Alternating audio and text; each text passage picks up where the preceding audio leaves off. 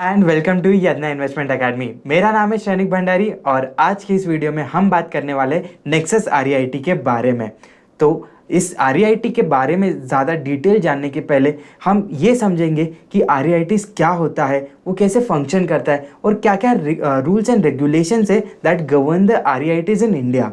तो आइए शुरू करते हैं। आरईआईटीज और रियल इस्टेट इन्वेस्टमेंट ट्रस्ट, ये जो एसेट क्लास है, ये इंडिया में सबसे पहले इंट्रोड्यूस हुआ था 2014 में। तो 2014 में इसके रिगार्डिंग कुछ नए रूल्स लाए गए थे, एक नया लॉ यहाँ पे पास किया गया था जिसके अंडर आरईआईटीज को परमिशन मिल गई टू ऑपरेट इन इंडिया। और इसी के बाद 2019 में इंडिया की फर्स्ट आरईआईटी लिस्ट हुई थी। सो आरईआईटीज़ का अगर हम एक बेसिक स्ट्रक्चर जानना चाहें तो वो कुछ इस प्रकार होगा। जो आरईआईटीज़ होते हैं वो बेसिकली एक ट्रस्ट फॉर्म में होते हैं, जैसे ही नाम में भी हम देख सकते हैं, रियल इस्टेट इन्वेस्टमेंट ट्रस्ट। तो आरईआईटीज़ जो होते हैं इनके कुछ यूनिट होल्डर्स होते हैं, जस्ट लाइक किसी भी कंपनी के शेयर होल्डर्स होते हैं। तो ये यूनिट होल्डर्स या तो कॉमन इंस्टीट्यूशनल इन्वेस्टर्स या रिटेल पब्लिक हो सकते हैं या फिर स्पॉन्सर्स हो सकते हैं। तो जैसे किसी भी कंपनी में प्रमोटर्स होते हैं, उसी तरह किसी भी आरईआईटी के लिए एक स्पॉन्सर होता है। सो स्पॉन्सर को हम as good as promoter consider कर सकते हैं। उसके बाद ये जो यूनिट होल्डर्स है ये एक्चुअली द बेनिफिशियरीज है इन द आरईआईटी, लेकिन ये ट्रस्ट है तो इसके लिए एक सेपरेट ट्रस्टी होता है और इसके ऑपरेशंस मैनेज करने के लिए एक मैनेजर होता है। और इन सब के बाद जो आरईआईटी का जो स्ट्रक्चर है जहाँ पे वो एक्चुअल बिजनेस कैरी ऑन करते हैं, तो it can form part in two ways, either through an SPV that is a special purpose vehicle और directly by investing into real estate investment assets. So या REIT का अगर हम समझे तो एसपीवी आरईआईटी के एसेट्स ओन कर सकती है, basically real estate assets own कर सकती है, और आरईआईटी एसपीवी को ओन कर सकती है, या फिर आरईआईटी डायरेक्टली भी रियल एस्टेट में इन्वेस्टमेंट कर सकती है।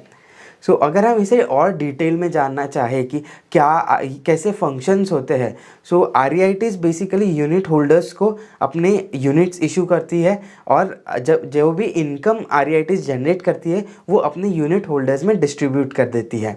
Next is the trustee. So जो जब ट्रस्टी की अगर हम बात करते हैं तो वो ट्रस्टी जो है वो यूनिट होल्डर्स के बिहाफ पे काम करता है एंड उसके लिए उनको एक ट्रस्टी फीस मिलती है। और सिमिलरली जो मैनेजर्स होते हैं, so investment managers are basically providing the management service to the REIT, और उसके लिए भी वो एक मैनेजमेंट फीस चार्ज करते हैं। This is the structure of REIT and how it function. और अगर हम उसके बिजनेस के तरफ जाए तो आरईआईटी या तो एसपीवी में इन्वेस्ट कर सकती है या डायरेक्टली किसी एसेट में इन्वेस्ट कर सकती है। अगर वो एसपीवी के थ्रू जाए तो SPV will invest in the asset and REIT will invest in SPV.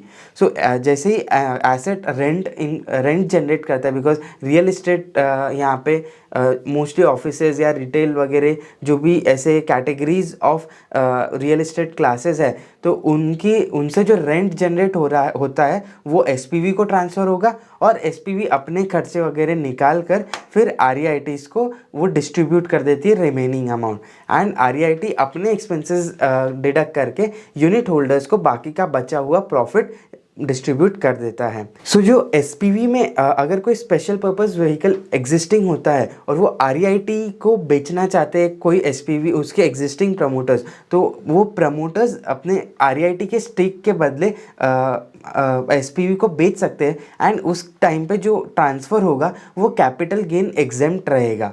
इसी के साथ साथ जो कंपनी की जो एसेट्स होती है, जो एक्चुअल रियल एस्टेट एसेट्स होती है, उनको मेंटेन करने के लिए एक प्रॉपर्टी मैनेजमेंट कंसल्टेंट होता है। सो बेसिकली ये इन हाउस भी हो सकता है या कोई प्रोफेशनल थर्ड पार्टी भी रह सकती है। And PMCs generally charge a management fee, तो लगभग 3% के आसपास, 3.5% के आसपास की मैनेजमेंट फीस ये पीएमसीज चार्ज करती है based on the net rental income. Next हम समझेंगे कि आरईआईटी में जो पार्टीज इन्वॉल्व है उनके लिए क्या क्या रेगुलेशंस एप्लीकेबल है। तो जैसे कि हम स्पॉन्सर्स की बात करें तो स्पॉन्सर्स बेसिकली सेबी के साथ रजिस्टर्ड होने चाहिए। उनको किसी भी आरईआईटी में 3 स्पॉन्सर्स से ज़्यादा नहीं हो सकते, सो मैक्सिमम 3 स्पॉन्सर्स हो सकते हैं एंड उनकी minimum holding after IPO should be 5%। Sponsors का एक और क्राइटेरिया है कि उनका जो नेटवर्थ है तो वो इंडिविजुअल बेसिस पे लगभग 25 करोड़ का नेटवर्थ होना चाहिए एंड कंबाइंड नेटवर्थ सभी स्पॉन्सर्स का मिलके एटलीस्ट 100 करोड़ होना चाहिए। REIT again should be registered with SEBI. तो किसी भी REIT को अगर रजिस्टर करना है तो सेबी के अप्रूवल के प्रोसेस के बाद ही REIT फंक्शन कर सकती है। और REIT डायरेक्टली या in through SPVs real estate में इन्वेस्ट कर सकती है।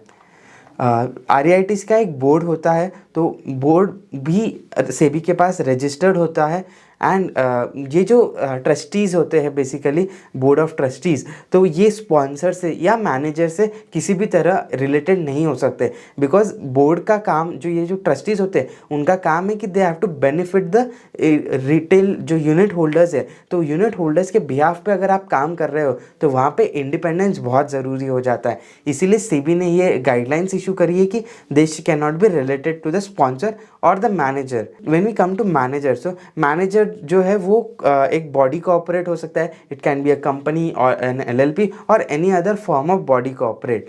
So minimum 2 people should be there as manager and उनका जो एक्सपीरियंस है इंडिविजुअल पर्सन का 5 years का एक्सपीरियंस होना चाहिए। जो रियल इस्टेट प्रॉपर्टीज़ में जो REITs इन्वेस्टमेंट करता है आइदर डायरेक्टली और थ्रू एन SPV, वो सारी जो प्रॉपर्टीज़ है वो रेंटल इनकम जनरेट करती है and it is required that 90% of the income generated is again distributed to the investors. जो यूनिट होल्डर्स होते हैं उनको 90% of the net distributable cash flow, ये एक टर्म यूज़ होती है, तो नेट NDCF या नेट डिस्ट्रीब्यूटेबल कैश फ्लो का 90% REITs को अपने इन्वेस्टर्स को डिविडेंड के फॉर्म में या अदर डिस्ट्रीब्यूशंस के फॉर्म में पास ऑन कर देना पड़ता है। अगर हम टैक्सेशन की बात करें कि रिटेल इन्वेस्टर्स के पर्सपेक्टिव से और REITs के पर्सपेक्टिव से कैसे कैसे टैक्सेशन रहते हैं, तो REITs basically 3 types of distribution करती है।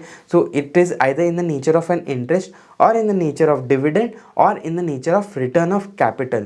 So this depends upon how the SPV transfers its distribution to the REIT.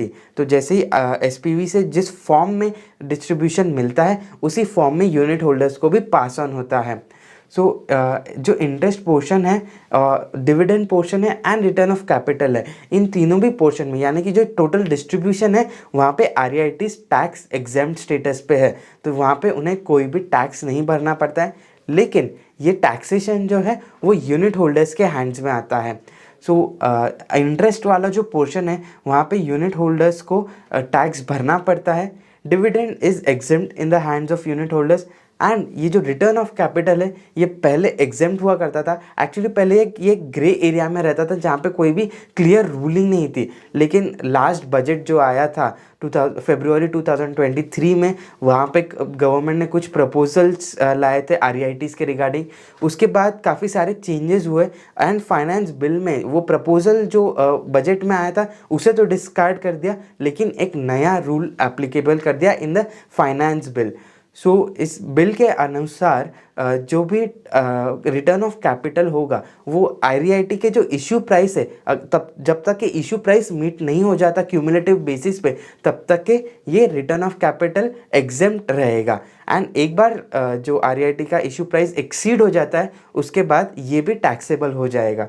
सो अगर हम करंट सिनेरियोज देखें, इन सब्सटेंस देखें, तो अभी 10-15 साल 20 साल तो लगभग ये रिटर्न ऑफ कैपिटल का जो पोर्शन है वो एग्जेम्प्ट स्टेटस पे ही रहेगा, यानी कि इस पोर्शन पे हम जैसे रिटेल इन्वेस्टर्स को कोई भी टैक्स नहीं भरना पड़ेगा। इसके बाद REITs जब भी किसी एसेट में या SPV को सेल करती है तो उसमें जो कैपिटल गेन आता है वहाँ पे उन्हें कैपिटल गेन टैक्स भरना होगा। एंड अगर हम कैपिटल गेन की बात कर रहे हैं तो जब रिटेल इन्वेस्टर्स या हम जैसे इन्वेस्टर्स ये जो REIT की यूनिट्स है वो बेच देते हैं तो कैसा टैक्सेशन रहेगा उसे समझते हैं। तो either it can be a long term capital gain और a short term capital gain. So अगर कोई भी unit holder capital gain book करता है है within a period of 36 months of its holding period. तो अगर 36 मंथ्स का से कम का अगर होल्डिंग पीरियड है तो वो शॉर्ट टर्म कैपिटल गेन में क्लासीफाई हो जाएगा, जहाँ पे 15% का टैक्स हमें भरना पड़ेगा। और अगर हम 36 मंथ से ज़्यादा का ये अगर हम होल्डिंग पीरियड होगा तो वो LTCG के अंडर एग्जेम्प्ट हो जाएगा। So moving on to the India's REIT landscape, कि अगर इंडिया की अगर हम बात करें तो इंडिया में लगभग 74.4 मिलियन स्क्वायर फीट का जो लैंड है वो ऑफिस REITs में अवेलेबल है, जो REITs के अंडर आता है। एंड अगर हम इंडिया का टोटल एग्जिस्टिंग ऑफिस स्टॉक देखें तो वो 667.2 मिलियन स्क्वायर फीट का है। और इसमें से जो REIT में कन्वर्ट होने लायक प्रॉपर्टीज़ है वो लगभग 379.5 मिलियन स्क्वायर फीट में स्पैन आउट करती है। इसके साथ साथ लगभग 41 मिलियन स्क्वायर फीट का अंडर कंस्ट्रक्शन प्रॉपर्टीज़ है जो REIT में फॉर्म हो सकता है। अगर हम ब्रेकअप देखें कि सिटी वाइज कैसा ब्रेकअप है, तो दिल्ली में लगभग 127 MSF का 128 MSF का एरिया है, मुंबई में 120 MSF है, Bangalore is a bigger space जहाँ पे REITs कॉन्सेंट्रेटेड रहते हैं, तो 190 मिलियन स्क्वायर फीट का यहाँ पे लैंड अवेलेबल एरिया अवेलेबल है which can be converted to REITs। So India में लगभग 11% ग्रेड ए जो ऑफिस पार्क्स है या ऑफिसेज है बेसिकली, तो वो उसका 11% REITs होल्ड करते हैं। एंड अभी भी काफ़ी बड़ा हेडरूम है बिकॉज ये ग्रेड ए ऑफिस पार्क्स तो इजीली REIT में कन्वर्ट हो सकते हैं। एडिशनली जो 57% of the total grade A stocks है, तो basically what is grade A stock ये भी समझ लेते हैं कि जो ऐसी प्रॉपर्टीज़ जो बहुत ही लैविश है, जहाँ रिसेंटली एकदम एडवांस्ड एमिनिटीज़ के साथ जो अवेलेबल है, जहाँ पे मे बी रिक्रिएशनल एरियाज़ होते हैं, कैफेटेरियाज़ होते हैं and every other things that you seen in modern offices. तो एक मल्टी ऑफिस स्ट्रक्चर्स जो होते हैं बेसिकली वो होते हैं। तो ऐसे ग्रेड ए स्टॉक्स का लगभग 57% सिर्फ टॉप 6 सिटीज़ में ही कॉन्सेंट्रेटेड है। तो what are these cities? Mumbai, Pune, Hyderabad, Chennai, Bangalore and Delhi NCR region. कुछ इंटरेस्टिंग अगर हम फैक्ट्स देखें तो REIT में जो कन्वर्ट होने वाला जो स्टॉक है, जो प्रोबेबल स्टॉक है, उसका almost 25% is situated only in Bangalore. And इसके साथ साथ जो हैदराबाद है, that is the second largest city where this REITable stocks are present. तो लगभग 19% of this stock is present in Hyderabad. So जो टॉप 3 सिटीज़ है बेसिकली वो बैंगलोर, मुंबई एंड दिल्ली NCR, वो 56% कंट्रीब्यूट कर रहे हैं to the REITable stock, and more than 70% of the grade A stock in Hyderabad and Pune are REIT वर्दी, मतलब वो REIT में कन्वर्ट हो सकते हैं। तो काफ़ी बड़ा हेडरूम है एंड इंडिया में ये कॉन्सेप्ट काफ़ी नया है। बाकी हम अगर और भी कंट्रीज़ के बारे में देखें तो काफ़ी पुराना यहाँ पे उनका हिस्ट्री रहा है REITs के रिगार्डिंग। सो 1960 में US में वर्ल्ड का फर्स्ट REIT लॉन्च किया गया था। एंड ये अगर हम एक चार्ट देखें तो हम देख सकते हैं कि US में 1960 में फर्स्ट REIT लॉन्च हुआ था and before 2000 itself, so last century में ही ऑलमोस्ट ऑल टाइप के REITs US में प्रेजेंट है। So US is the earliest market where the REITs have function. And उसके बाद हम यूरोजोन देखें या फिर हम एशियन कंट्रीज़ की बात करें, for example Japan, Singapore, Malaysia, तो ऐसी कंट्रीज़ में भी REITs लगभग 2000 to 2010 में इंट्रोड्यूस हो चुकी थी। So India is a very newer country that has introduced REIT to its real estate market. तो हम 2014 में हमने यहाँ इसके रिगार्डिंग लॉज लाए थे एंड 2019 में इंडिया का फर्स्ट REIT लॉन्च हुआ था, वो हम यहाँ पे देख सकते हैं। एंड 2023 में इंडिया का फर्स्ट रिटेल आरईआईटी लॉन्च हुआ है। इसके बाद एक्सपेक्टेशंस है कि आने वाले जो 5 से 10 साल है उसमें काफ़ी सारे रिटेल या फिर ऑफिस आरईआईटीज़ तो आएंगे ही, साथ साथ जो इंडस्ट्रियल आरईआईटीज़ है, बेसिकली जो वेयर हाउसेज रहेंगे तो उनके भी आरईआईटीज़ है, वेयर हाउसेज, कोल्ड स्टोरेज या ऐसे और भी कोई इंडस्ट्रियल एसेट्स जो रहेगी उनके भी आरईआईटीज़ आ सकते हैं। सो एक क्विक कंपैरिजन अगर हम देखें तो यूएस में 1960 में आरईआईटीज़ लॉन्च हुए थे, वेरएज जापान में 2000 में, यूके 2007, सिंगापुर वाज अगेन 1999 में इंट्रोड्यूस हुआ था एंड इंडिया में 2019 में ये फर्स्ट आरईआईटी आया था। यूएस में लगभग 206 आरईआईटीज़ फंक्शन कर रहे हैं एज ऑफ नाउ, जापान में 61 आरईआईटीज़, यूके में 56, सिंगापुर में 45 आरईआईटीज़ यहाँ पे फंक्शन कर रहे हैं। इंडिया में आज की तारीख में सिर्फ और सिर्फ 4 आरईआईटीज़ है, out of which 3 are office REITs and 1 is the retail REIT.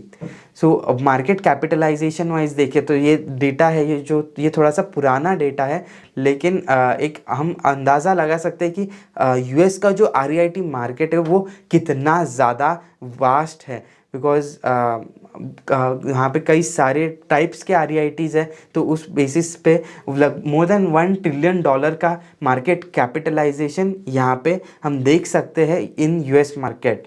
Virus अगर हम इंडिया में देखें तो ये जो इस कंपेरेबल डेटा पॉइंट के हिसाब से $7 बिलियन का मार्केट कैपिटलाइजेशन इंडिया के आरईआईटीज़ का है। तो एक बहुत बड़ा हेडरूम यहाँ पे देख सकते हैं। नेक्स्ट आने वाले 30-40 ईयर्स में काफ़ी ज़्यादा आरईआईटीज़ प्रमोट होते हुए नज़र आएंगे।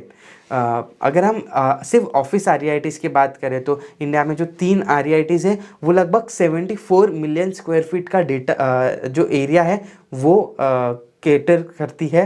एंड अगर वहीं हम यूएस में देखें तो 345 मिलियन स्क्वायर फीट का वहाँ पे ऑफिस आरईआईटीज़ का एरिया है। तो इंडिया में जो आरईआईटीज़ है वो काफ़ी बड़े आरईआईटीज़ है, मल्टीपल्स, बिकॉज एक ही आरईआईटी बहुत सारे एसेट्स ऑपरेट कर रहे हैं एंड इंडिया में जो एसेट साइज है वो भी काफ़ी बड़ी बड़ी होती है। इंडिया की अगर हम पोर्टफोलियो की बात करें तो 9.8 million square feet is in retail REIT and 74.4 million square feet is in office REITs. और इंडिया में जो इंडस्ट्रियल आरईआईटीज़ है वो भी जल्द ही लॉन्च हो जाएंगे। इसके लिए काफ़ी सारा ग्राउंड वर्क अभी इन प्रोग्रेस चालू हो चुका है।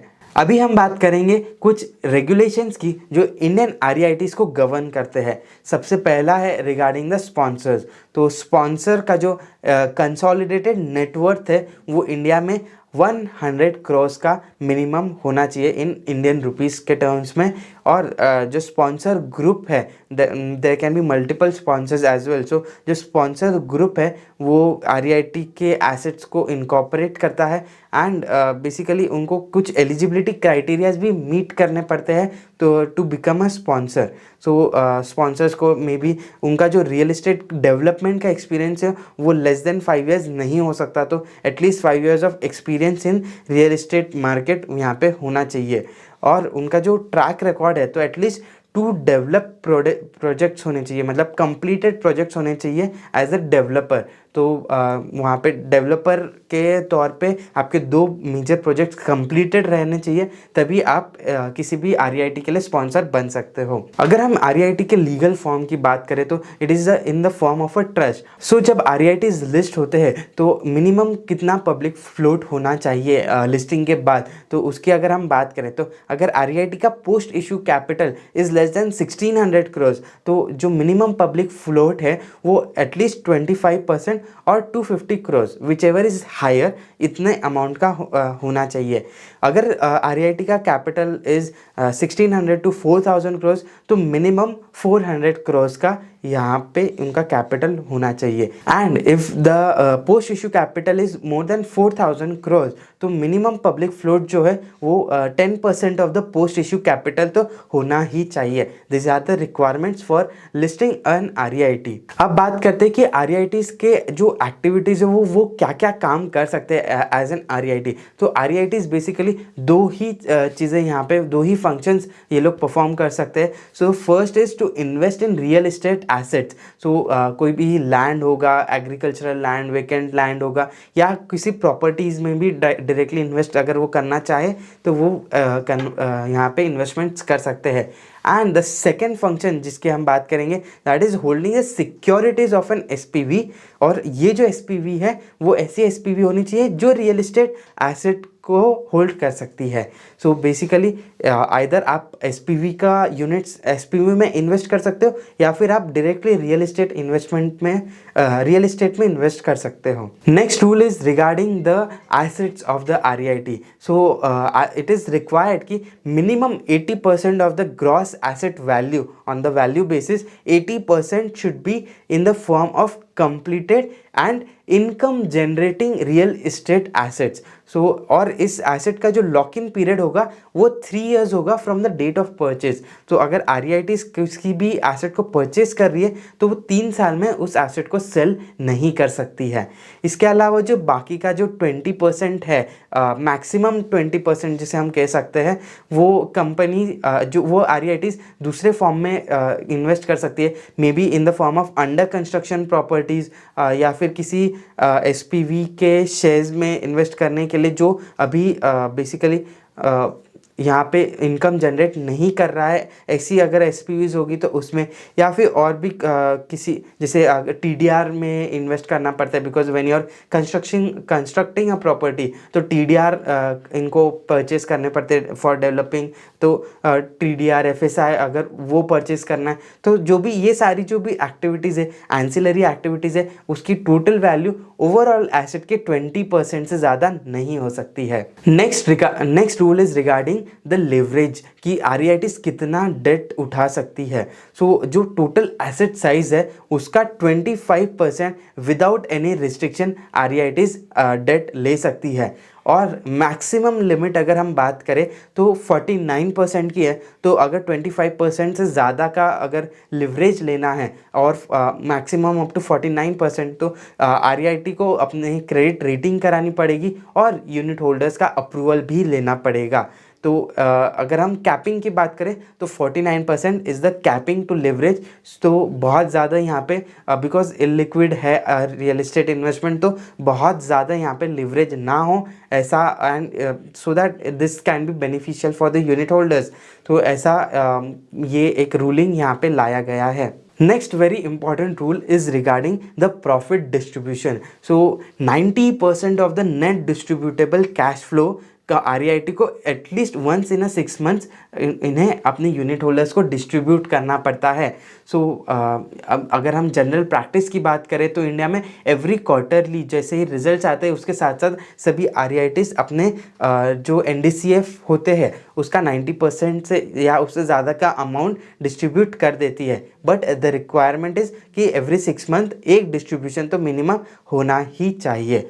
तो अभी हमने देखा कि इंडिया में आरईआईटीज कैसे लॉन्च हुए थे, इन आरईआईटीज का फंक्शनिंग कैसे होता है, ग्लोबल टर्म्स में आरईआईटीज कैसे डेवलप हो चुके हैं और इंडिया में क्या क्या रेगुलेशंस है रिगार्डिंग आरईआईटीज। तो अभी हम बात करने वाले हैं नेक्सस सिलेक्ट ट्रस्ट के बारे में। नेक्सस सिलेक्ट ट्रस्ट FY24 में ही उनका इस आरईआईटी का आईपीओ आया था।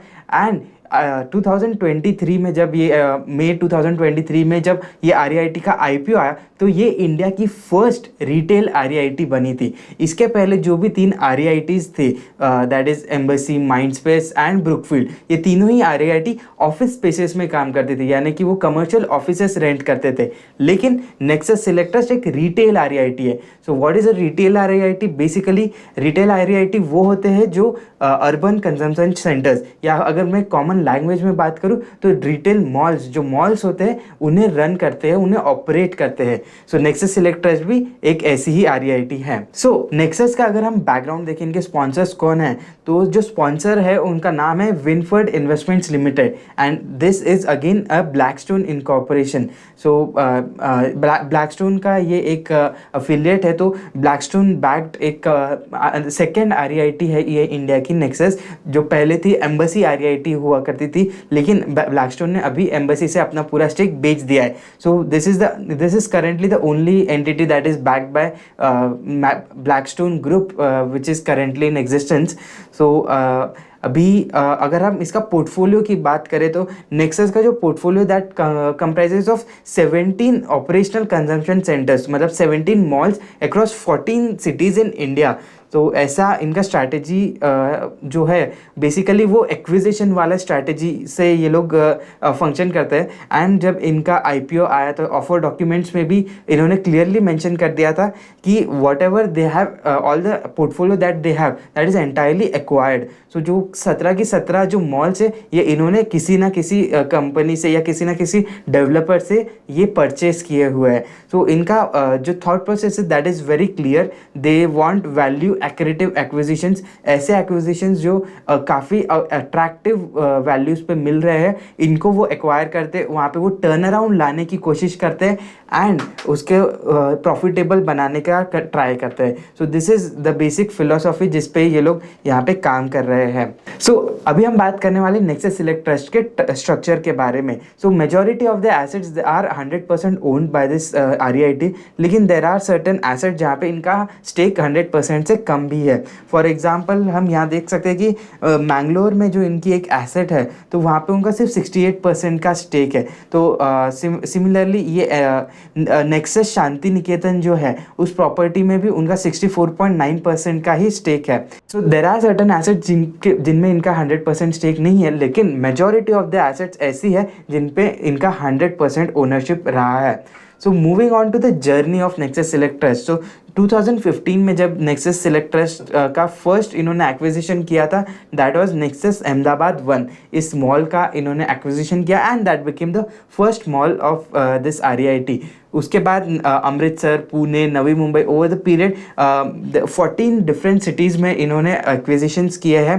अगर हम बात करें, एक क्लस्टर दिख रहा है कि 2017 में काफ़ी सारे यहाँ पे इनके एक्चुअली मॉल्स इन्होंने एक्वायर किए एंड ये जो एक्विजिशन कंप्लीट होते होते ही 2017 से 2019 का टाइम पीरियड लग गया था उनको। उसके बाद कोविड ईयर में शायद 2020 में यहाँ पे कोई एक्विजिशन नहीं हुआ, लेकिन 2021 में हम देखें तो लगभग 7 एक्विजिशंस यहाँ पे हमें एक साथ देखने को मिल रहा है। एंड उसके बाद 2022 एंड 2023 में भी नेक्सस ने one mall each in each उन्होंने एक्वायर किया है। सो अगर हम इनकी बात करें कि जो 17 एसेट्स है बेसिकली अर्बन कंजम्पशन सेंटर्स है, उसके साथ साथ इनके कुछ और भी एसेट्स है। तो ये लोग 2 होटल्स भी ऑपरेट कर रहे हैं, उसके साथ साथ इनके 3 ऑफिस एसेट्स भी है जिनका 1.3 मिलियन स्क्वायर फीट का इनका एरिया है। अगर हम इनकी जो रिटेल एसेट्स है उनकी बात करें तो 9.8 मिलियन स्क्वायर फीट का वहाँ पे एरिया है। एंड इनके पास एक सोलर पार्क भी है जो 15 मेगावाट की जिसकी कैपेसिटी है। सो लेकिन ऑल्दो ये बहुत सारे डिफरेंट एस्पेक्ट्स यहाँ पे दिख रहे हैं, लेकिन 90% जो पोर्टफोलियो वैल्यू है that is in retail asset. So इसीलिए इसे एक रिटेल REIT का दर्जा दिया जाता है। अगर हम सिलेक्ट सिटी वॉक की बात करें तो सिलेक्ट सिटी वॉक इनका सबसे इम्पॉर्टेंट एसेट प्रूव हुआ है और ये इंडिया का सबसे highest tenant sales per square feet या इस एसेट ने अचीव किया है। So what is tenant sales per square feet? Basically जब मॉल में जो स्टोर्स होते हैं वो एरिया बेसिस पे वहाँ पे रेंट आउट होते हैं, तो per square feet of the shop और the store that they are having, तो उस टेनेंट का कितना रेवेन्यू जनरेट हो रहा है, तो उस टर्म्स में सिलेक्ट सिटी वॉक जो नेक्सस का एक एसेट है that is ranked highest in the country. तो नेक्सस के जितने भी एक्विजिशंस रहे उनका एक स्ट्रॉन्ग ट्रैक रिकॉर्ड रहा है कि एक्विजिशन करने के बाद जो टर्न अराउंड स्टोरी, जो इनऑर्गेनिक ग्रोथ यहाँ पे देखने को मिल रही है वो काफ़ी अच्छी है। तो एक बहुत ही अच्छा इनका यहाँ पे मैनेजमेंट है कि कैसे अच्छी एसेट्स को आइडेंटिफाई करें और साथ ही साथ उसको और भी अच्छी प्राइस पे एक्वायर किए। तो इसीलिए ये वैल्यू एक्रेटिव एक्विजिशंस के पीछे ज़्यादा फोकस रहते हैं। So over the last 7 years 17 assets इन्होंने एक्वायर की, उसमें से जब हमने देखा था लास्ट जो 7 जो एसेट्स है FY21 में जो उन्होंने एक साथ एक्वायर की थी, that was a major chunk that came from the Prestige group. Moving on, अगर हम इंडिया में जितने भी नेक्सस के अलावा जितने भी मॉल ऑपरेटर्स है उनके साथ इनका कंपैरिजन करें, फॉर एग्जांपल फिनिक्स मिल्स एक लिस्टेड कंपनी है, DLF एक लिस्टेड कंपनी है, उसके साथ virtuous retail and Lulu group, ये दो प्राइवेट प्लेयर्स है। सो इनकी अगर हम कंपैरिजन करें, सो नेक्सस के पास 17 मॉल्स है, सो नंबर ऑफ मॉल्स में ये सबसे ज़्यादा है। और अगर हम एरिया भी देखें तो 9.8 MSF का यहाँ पे इनका एरिया है। सिमिलरली फिनिक्स मिल्स 11 मॉल्स बनाए उनके पास है, लेकिन उनका पोर्टफोलियो 8.8 मिलियन स्क्वायर फीट का है। सो हम देख सकते हैं कि नेक्सस और फिनिक्स मिल्स के नंबर ऑफ मॉल्स में बहुत ज़्यादा डिफरेंस है, लेकिन एरिया में नहीं। सो ये दर्शाता है कि फिनिक्स मिल्स के जो मॉल है comparatively they are of larger size as compare to the malls of Nexus Select Trust. उसके बाद जो थर्ड लार्जेस्ट प्लेयर है बेसिकली DLF एंड वर्चुअस, ये दोनों ही 4 मिलियन स्क्वायर फीट का इनका एरिया है एंड दोनों के पास 6 मॉल्स है। लुलु ग्रुप के पास 4 मॉल्स है जिसमें वो 3.1 मिलियन स्क्वायर फीट का एरिया ऑपरेट करते हैं। सिर्फ नेक्सस सिलेक्ट ट्रस्ट है जो 14 सिटीज़ में प्रेजेंट है, उसके अलावा फिनिक्स मिल्स 8 सिटीज़ में है, और DLF की अगर हम बात करें तो वो तो सिर्फ और सिर्फ 3 ही सिटीज़ में प्रेजेंट है। This is basically a presentation of how the assets are distributed. So यहाँ पे हम देख सकते हैं कि महाराष्ट्र में इनके 2 नवी मुंबई और पुणे में है। उसके बाद काफ़ी सारी मेजर सिटीज़ में अगर हम नॉर्थ में देखें तो अमृतसर, चंडीगढ़, दिल्ली में है, उदयपुर में इनका एसेट है, अहमदाबाद है, इंदौर है। ईस्टर्न रीजन में देखें तो भुवनेश्वर में भी एक इनका मॉल है, और सदर्न साइड अगर हम देखें तो मैंगलोर, बेंगलुरु, मैसूर और चेन्नई और इवन हैदराबाद में भी इनके एसेट्स हमें दिखाई देते हैं। तो काफ़ी ज़्यादा डाइवर्सिफाइड पोर्टफोलियो है। अगर हम इसके जोग्राफिकल डाइवर्सिफिकेशन की बात करें, सिर्फ एक ईस्ट और नॉर्थ ईस्ट वाला जो पार्ट है वहाँ पे इनके एसेट्स नहीं दिख रहे, लेकिन शायद ये आगे एक्विजिशन शायद ये वहाँ पे करे तो ये भी एरिया कवर हो सकता है। Moving on to the portfolio, तो अगर हम इनके पोर्टफोलियो की बात करें तो हमने देखा था 9.8 9.9 मिलियन स्क्वायर फीट का इनका रफली अराउंड टोटल एरिया है जो इनके रिटेल पोर्टफोलियो का पार्ट फॉर्म करता है। एंड मेजॉरिटी ऑफ दीज अगर हम एसेट्स देखें तो majority of these assets have occupancy rate of more than 95%। And nexus का जो सिलेक्ट सिटी वॉक है तो ये एसेट तो 100% ऑक्यूपाइड है। सिर्फ नेक्सस का जो ये फिजा बाय नेक्सस ये जो मॉल है उसकी ही ऑक्यूपेंसी लेस देन 90% है, बाकी सारे ही काफ़ी हायर ऑक्यूपेंसी लेवल्स पे ये लोग ऑपरेट कर रहे हैं। एंड अगर हम इनके ओवरऑल रिटेल पोर्टफोलियो का अगर ऑक्यूपेंसी देखें तो 97% की ओवरऑल ऑक्यूपेंसी है। अगर हम ग्रॉस एसेट वैल्यू की बात करें तो जो रिटेल पोर्टफोलियो है वो 90% ऑफ द वैल्यू जनरेट करता है। यहाँ पे कुछ इंटरेस्टिंग नंबर्स भी हमें देखने चाहिए।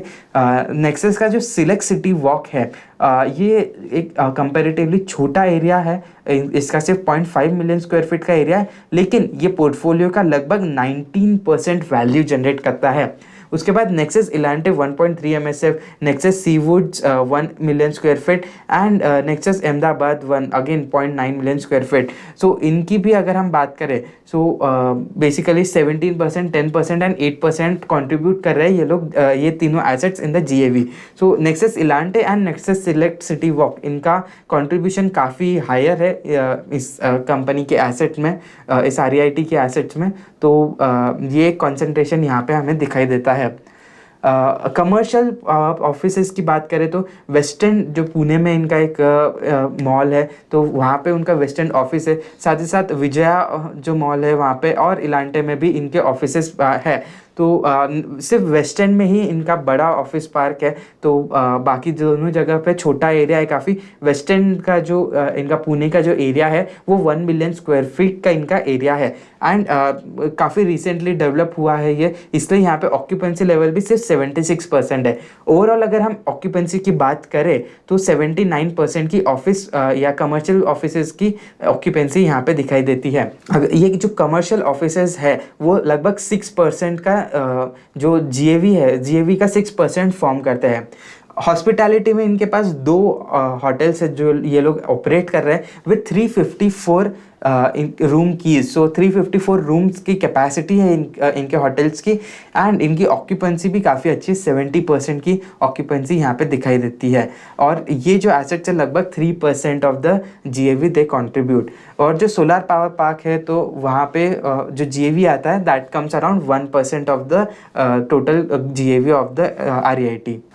अभी हम ये डिटेल कुछ और भी नंबर्स देखते हैं। सबसे पहले अगर हम रिटेल पोर्टफोलियो की बात करें तो जो रेवेन्यू फ्रॉम ऑपरेशंस रहा है वो H2 में H1 FY24 में लगभग 726 करोड़ का यहाँ पे रेवेन्यू इन्होंने जनरेट किया। उसमें से अगर हम नेट ऑपरेटिंग इनकम देखें तो 540 करोड़ की सिर्फ रिटेल एसेट की नेट ऑपरेटिंग इनकम है। तो 74% का मार्जिन यहाँ पे NOI बेसिस पे ये लोग यहाँ पे जनरेट कर रहे हैं।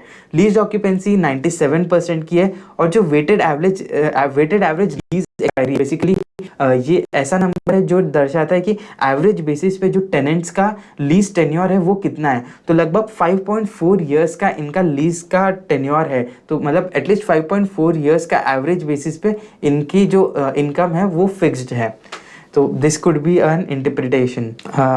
अगर हम रिटेल की लीजिंग की बात करें तो जो 0.6 मिलियन स्क्वायर फीट यहाँ पे इन्होंने लीज किया है इस H1 FY24 में, और उसमें से 0.4 मिलियन स्क्वायर फीट का एरिया रीलीजिंग का है। टेनेंट्स की अगर हम बात करें तो 194 न्यू स्टोर्स यहाँ पे ऐड हुए थे H1 FY24 में for nexus select trust.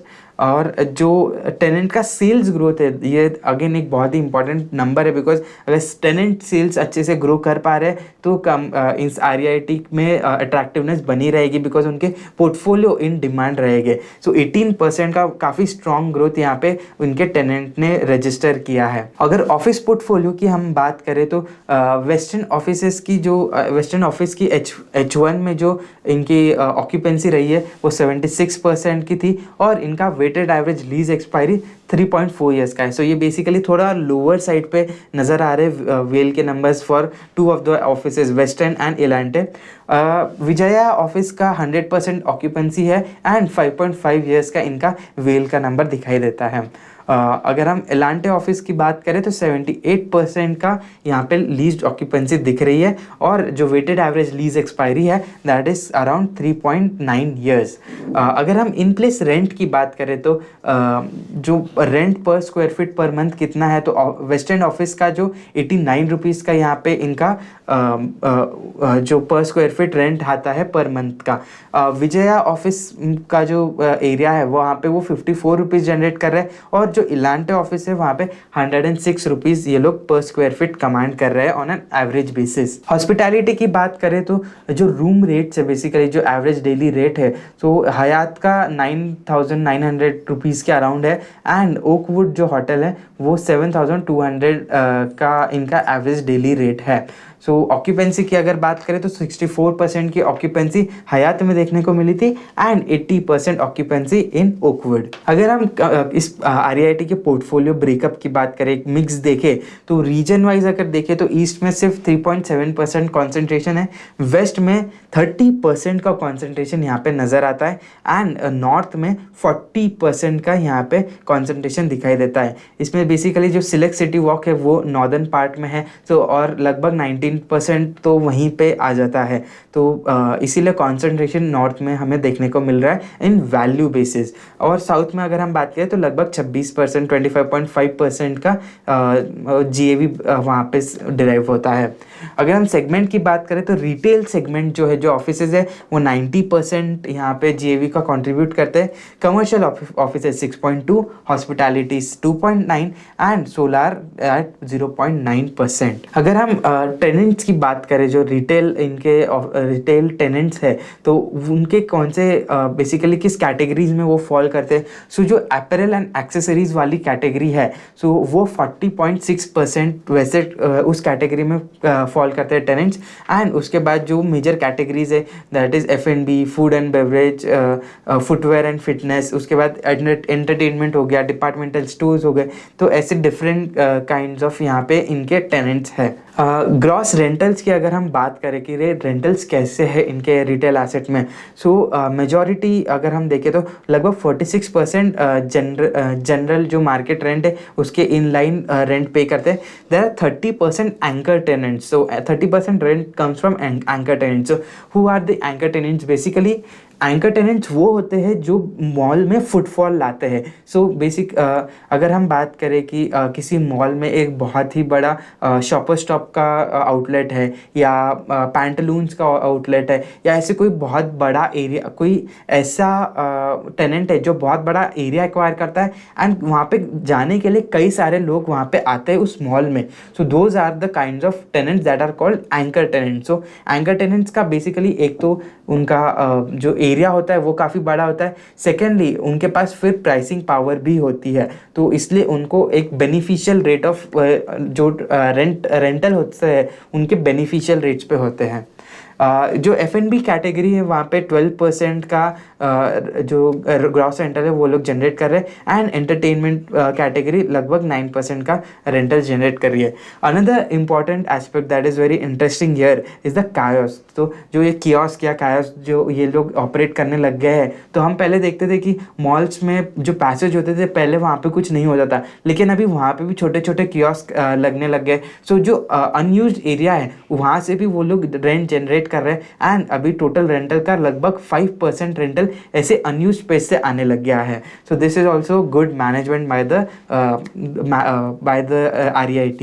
Next हम बात करेंगे इस REIT के लिवरेज के बारे में. सो लगभग 42 बिलियन रुपीज़ का यहाँ पे इनका डेट है, उसमें से 24% is fixed and the remaining 76% is floating rate debt. अगर हम इनके क्रेडिट रेटिंग की बात करें तो क्रिसिल का और इकरा का, इन दोनों का ही AAA स्टेबल रेटिंग यहाँ पे इन्होंने असाइन किया है. तो अगर हम ये बात करें कि इनका टोटल जो नेट डेट है तो वो 34,916 मिलियन का यहाँ पे इनका नेट डेट है और जो net debt to GAV ratio है दैट इज़ 14.3%. सो जो अनकंडीशनल लिमिट है दैट इज़ 25%. तो ये काफ़ी beyond well within their limits है फॉर लिवरेज. इनका जो डेट हेडरूम है, सो अगर जो अलाउड अगर हम देखें कि जितना भी इनका अलाउड लिवरेज का क्राइटेरिया है, बेसिकली हमने देखा था 49% की जो कैपिंग है, अगर वो ये लोग मीट करते हैं तो भी इनको $1 बिलियन का हेडरूम यहाँ पे अवेलेबल है टू रेज मोर डेट. सो ये इनके एक्विजिशंस को फंड करने के लिए काफ़ी हेल्पफुल साबित हो सकता है. तो डिस्ट्रीब्यूशन, सो कैसे डिस्ट्रीब्यूशन है? सो जो डिस्ट्रीब्यूशन अमाउंट है लगभग 452 करोड़ का डिस्ट्रीब्यूशन लास्ट क्वार्टर, लास्ट जो H1 का पीरियड है, बेसिकली 19 मई जब से ये लिस्ट हुई थी वहाँ से लेके 30 सितंबर, तो ऑलमोस्ट H1 अगर हम इसे कहें तो इस पीरियड में 452 करोड़ का यहाँ पे इन्होंने डिस्ट्रीब्यूशन किया. तो इसका अगर हम मिक्स देखें तो 28% इंटरेस्ट है, 62% डिविडेंड है and there is 10% that is amortisation of SPV debt, जिसे रीपेमेंट ऑफ कैपिटल भी कह सकते हैं. तो हमने जब रूल्स देखे तो काफ़ी डिटेल में डिस्कस भी किया था कि कैसे क्या इम्प्लीकेशंस हो सकते हैं. सो 28% is currently taxable portion and remaining currently is exempt portion. Unit holding pattern की अगर हम बात करें, सो जो ब्लैकस्टोन द्वारा जो इनकी जो एंटिटी है, तो जो इनके स्पॉन्सर है बेसिकली वो 43% स्टेक ओन करते हैं in Nexus Select Trust as of 30 सितंबर 2023. बाकी अगर हम इन्वेस्टर्स की बात करें तो जो इंस्टीट्यूशनल इन्वेस्टर्स है उनका लगभग 16.5% का उनका स्टेक है एंड अगर हम नॉन इंस्टीट्यूशनल इन्वेस्टर्स की बात करें सो इंडिविजुअल्स अगेन 15% एंड जो नॉन अदर इन्वेस्टर्स है वो बाकी का स्टेक होल्ड करते हैं. सो वहाँ पे बॉडी NRIs बेसिकली लगभग 9% स्टेक होल्ड करते हैं एंड जो बॉडी कॉर्पोरेट्स है वो लगभग 17% स्टेक यहाँ पे होल्ड करते हैं. सो जो टोटल नॉन इंस्टीट्यूशनल का अगर हम देखें तो वो 40% होल्ड करते हैं in the nexus Select Trust. So this was all about nexus Select trust. अगर आपको ये वीडियो पसंद आया है तो इसे लाइक कीजिए और अपने व्यूज कमेंट में बताइए और इस वीडियो को ज़्यादा से ज़्यादा लोगों के साथ शेयर भी करिए. ऐसे ही और फंडामेंटल एनालिसिस के लिए बने रहिए यदना इन्वेस्टमेंट अकेडमी के साथ. Thank you.